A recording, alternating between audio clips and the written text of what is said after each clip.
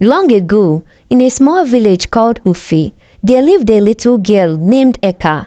Eka had big eyes, a bright smile, and arms that could carry a bucket of water without spilling a drop. But don't be too happy yet, her life was not sweet like mango, it was more like bitter leaf. When Eka was just 6 years old, her parents died.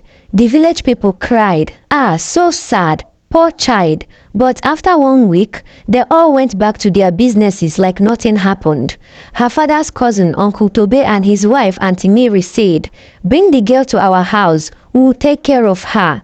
Lies. They didn't take care of her, they took care of her strengths. From the moment Eka entered their house, she became the official everything. Water fetcher, goat chaser, firewood carrier, and most importantly, fufu pounder. Now, if you've never pounded fufu before, let me explain. You take boiled yam or cassava, put it in a big mortar, then you raise a big heavy stick called a pestle and pound it like your life depends on it. That thing is heavier than Uncle Tobe's belly. Eka pounded fufu every single day. Morning, fufu, afternoon, more fufu, evening, guess what? Fufu. Her hands became strong, her arms like mini tree trunks, her legs fast like a goat being chased. But still, she was the smallest person in the house. Her cousins, Timmy and Lala, were big and lazy. They would sit and watch cartoons, while Eka was sweating like she was training for Olympics. "Eka!" Auntie Mary would shout, "Where is the fufu for the market? You think we are running a charity here?" One day, Eka asked, "Auntie, can I go to school too?" Auntie Mary laughed so hard, she almost fell. "School? For who? Is it fufu you will learn there? Go and pound." And Eka went, but as she walked, she whispered to herself, "One day I will pound fufu that will shock this whole village." Nobody heard her, not even the chicken she was passing, but that small sentence was the beginning of her big dream. That night, Eka sat outside, watching the moon. She took one of the leftover fufu balls, added pepper soup, and tasted it. She said, licking her fingers. "If I add ginger to this, it will slap different." She smiled to herself. Tomorrow, she would try something new, a secret recipe just for her. A dream was cooking inside her, and it was hot. The next morning, Eka woke up before the rooster, not because she wanted to, but because Auntie Mary's voice was louder than the church bell. "Eka, wake up, lazy girl. The cassava is boiling. Go and pound it before it turns to ghost." Eka jumped up, tied her wrapper, and ran to the kitchen. There it was, the big mortar staring at her like a monster waiting for battle. She sighed and whispered, "One day I will own my own kitchen. This mortar will call me Madame." But for now, she picked up the heavy pestle and got to work. Boom, boom, boom. The sound echoed through the village like thunder in a cooking pot. While pounding, she looked left, looked right. Nobody was watching. Quickly, she reached into her little cloth bag and brought out her secret, ginger powder and a pinch of nutmeg she had borrowed from Mama Bisi's shop last week. Don't judge her, it was for a good cause. She added them to the fufu, mixed it quickly, and formed 2 bowls, one for the market and one for her secret tasting. She hid her secret ball behind the kitchen drum, next to the lizard that always winked at her. Later in the afternoon, when Auntie Mary and the children went to the village square for meeting, Eka tiptoed to her secret spot. She unwrapped her fufu like it was gold. She dipped it in leftover soup and took a bite. Her eyes widened. "This is delicious." She smiled so hard, even her teeth clapped. At that moment, she heard a sound. Clap, clap, clap. She froze. Who was clapping? From behind the kitchen door came a tiny voice. "That fufu smells like heaven." It was Papa Zino, the half-blind old man who sold chewing stick down the road. He had smelled her cooking and followed the scent like a hungry goat. Eka blinked. "You want to taste, Papa?" "My dear, if you say no, my spirit will cry." She gave him a piece. He chewed slowly, then looked at her with his one good eye. "Eka, this fufu is not ordinary." She smiled. "It's not supposed to be." He leaned closer. "One day, people will queue to eat your food." "Like they queue to fetch water?" she asked, giggling. "Worse," he said, "they will queue like people chasing jollof rice at a wedding." That night, Eka lay in her mat smiling, her arms hot, her back was sore, but her heart, Her heart was dancing. Her secret recipe had a name now. She would call it fire fufu, and fire fufu would change her life. A few weeks passed, and Eka kept perfecting her secret fire fufu recipe. She added a little garlic one day, a drop of palm oil the next. She even tried coconut water once. It flopped, tasted like fufu on holiday. But little by little, her fufu became something special. Every time Auntie Mary sent her to the market to sell fufu, Eka would secretly switch 1 or 2 wraps with her fire fufu, and guess what? It always sold out first. One woman even said, "This fufu is entering my soul. Who made it?" Eka just smiled and pointed at the sky. God knows.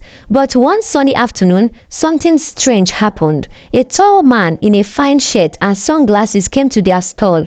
He looked nothing like a villager. His shoes didn't even have dust. His face was serious, like a man who was looking for treasure. He tasted a wrap of Eka's fire fufu, closed his eyes and said, Auntie Mary leaned forward. "Is it sweet, sir?" The man nodded. "Who made this?" Without thinking, Auntie Mary shouted, "Me!" Eka's jaw dropped. Lie of the century. The man looked at her, then looked at Eka, sweaty, standing behind with flour on her cheek and firewood smoke in her hair. He pointed. "She made it, didn't she?" Auntie Mary laughed awkwardly. "Well, we all contributed." The man smiled. "I am from the village to the city chef program. We are picking one village child for a cooking competition in the capital next month. This fufu is championship material." Auntie Mary gasped. "She is not ready. She is too small. She can't even spell competition." Eka stood straight. "I may be small, but my fufu is mighty." The man laughed. "I like her confidence." "Eka, would you like to enter the competition?" Eka blinked. She looked at her burnt wrapper, her cracked fingers, her ashy feet, then at Auntie Mary's angry face, and then she smiled. "Yes, I'm ready." That evening, the whole village burst with the news. Eka is going to the city. Is it that small girl that pounds fufu like a soldier? Ah, wonders shall never end. But not everyone was happy. Timmy and Lala, her lazy cousins, were frowning like dry plantain. "She will embarrass us," Timmy said. "She doesn't even have good clothes," Lala added. Auntie Mary said nothing. She just stared at Eka, her eyes sharp like pepper. But Eka didn't care. She was going to the city, and she was taking her fire fufu with her.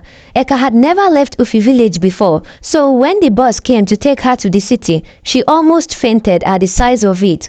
"Uncle, is this a moving house?" she asked the driver.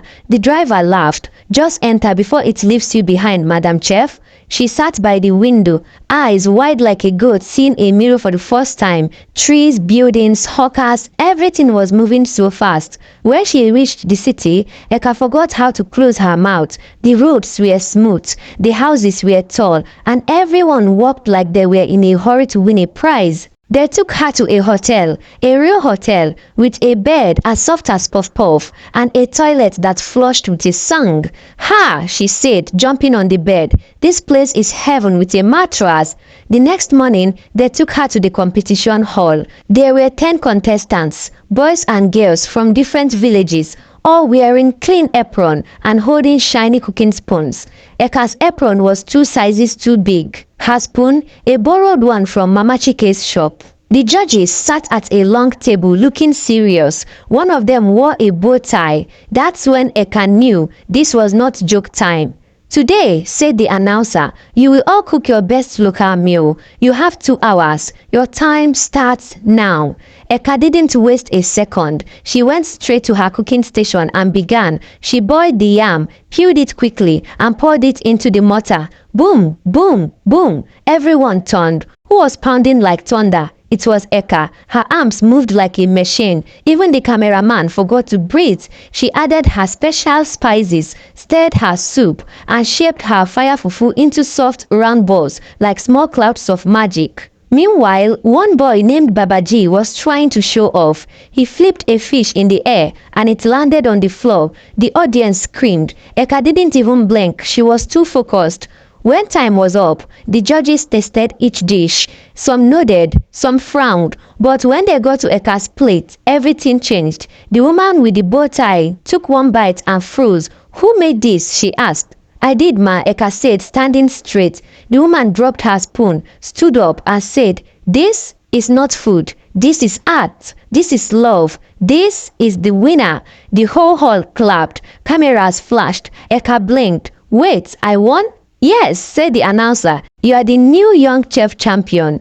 That night, Eka didn't sleep, not because she was nervous, but because they gave her a big check, a scholarship to a cooking school, and a golden spoon trophy. She looked at the trophy and whispered, Uncle Tobe, Auntie Mary, hope you are watching because Eka, the fufu girl, is now Eka, the fire queen. 3 years had passed. Eka was now Madam Eka, owner of Fire Queen Kitchen, one of the biggest and most talked about restaurants in the whole region. People traveled from nearby towns just to eat her famous fire fufu and take selfies beside her giant golden spoon statue. She was on radio, in newspapers, even on a cooking show called Stir It Like a Star.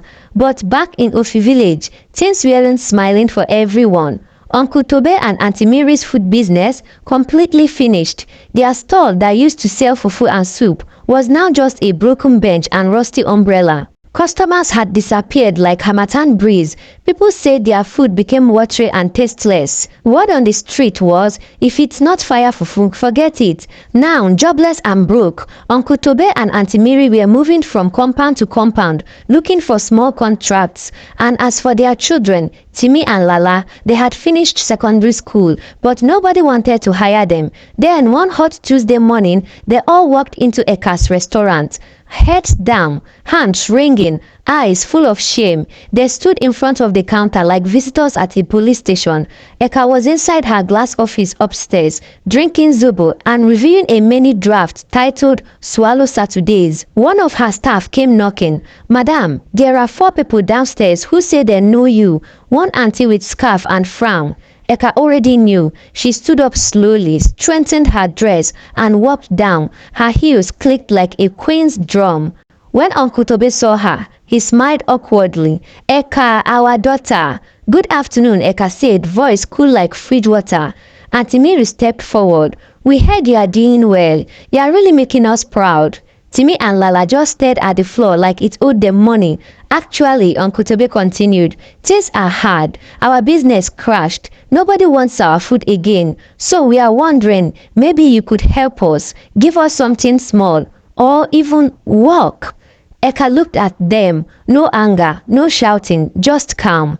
Work? She asked. They all nodded. Eka said, you know, that's not a bad idea. I have openings. They smiled like children seeing ice cream. But, she added, you will start with dishwashing. 1 month, no special treatment, no shortcuts. You will clean, sweep, wash, mop, and even peel onions. Dishwashing? Auntie Mary whispered, almost choking on her saliva. Yes, Eka said, so you can feel what I felt, just for a short time. After that, if you work hard, I will promote you. Timmy and Lala exchanged glances. But we have diplomas, Lala said. And I had breezes, Eka replied. Silence. Take it or leave it, she said. They took it, and so for the next 4 weeks, the same people who once called her useless orphan were now scrubbing pots, washing plates, and chasing rats out of the storeroom. One time, Eka saw Uncle Tobe sweating over a sink, muttering, this fufu life no be joke. Another day, she saw Auntie Mary trying to use perfume to cover the smell of dried crayfish. But Eka watched them, not with hate, but with wisdom. She didn't want revenge. She wanted reflection. At the end of the month, she called them into her office. You've tried, she said. You've worked. I've seen your effort. So now you are promoted. Auntie Mary gasped. To what? You will join the prep team. You will help with spices, soup, and market runs. Later, I will teach you the fire fufu recipe. Their eyes widened. For real? Timmy asked. Eka smiled. Yes, but with one condition. Respect the kitchen and respect the people in it. They nodded quickly. As they walked out of her office, Eka leaned back in her chair, sighing with a smile. Life had come full circle, from pounding fufu under the sun to building an empire with her hands. She had taken the pain, turned it into power, and now even the people who once broke her were learning to rise again from the bottom of her dishwashing sink. And that, my friend, is the power of pounded dreams. I hope you enjoyed this story. If you did, please like our story, share it with someone, subscribe to the channel, turn on the post notification so that you won't miss out on any of our amazing stories. Thank you so much for watching and listening, and we'll see you in our next story. Bye!